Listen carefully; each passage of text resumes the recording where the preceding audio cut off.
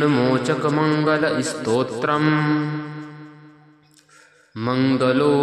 भूमिपुत्रश्च ऋणहर्ता धनप्रदः स्थिरासनो महाकायः सर्वकर्मविरोधकः लोहितो लोहिताचक्ष श्यामगानां कृपाकरः धरात्मजः कुजो भौमो भूतिदो भूमिनन्दनः एतानि कुजनामानि नित्यं यः श्रद्धया पठेत् ऋणं न जायते तस्य धनं शीघ्रमवाप्नुयात् धरणीगर्भसम्भूतं विद्युत्कान्तिसमप्रभं कुमारं शक्तिहस्तं च मङ्गलं प्रणमाम्यहम्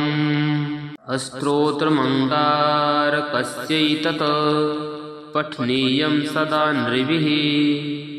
नातेषां भौमजा पीडा स्वल्पापि भवति क्वचित् अंगारक महाभाग भगवन् भक्तवत्सल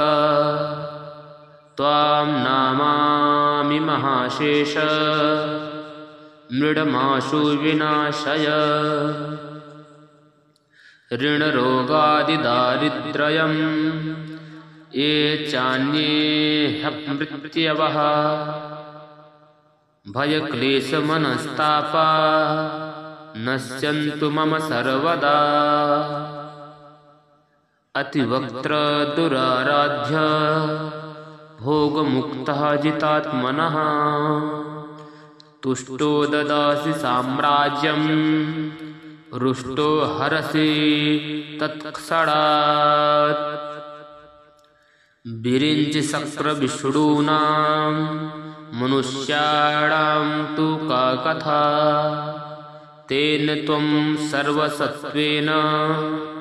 ग्रहराजो महाबलः पुत्रान् देहि धनं देहि त्वामस्मि शरणं गतः ऋणदारिद्र्यदुःखेन शत्रूणां च भयात्ततः एभिर्द्वादशभिः श्लोकैः स्तौति च धरासुतं महतीं श्रियमाप्नोति अपरो धनदो युवा श्रीऋण्मोचकमङ्गलस्तोत्रं सम्पूर्णम्।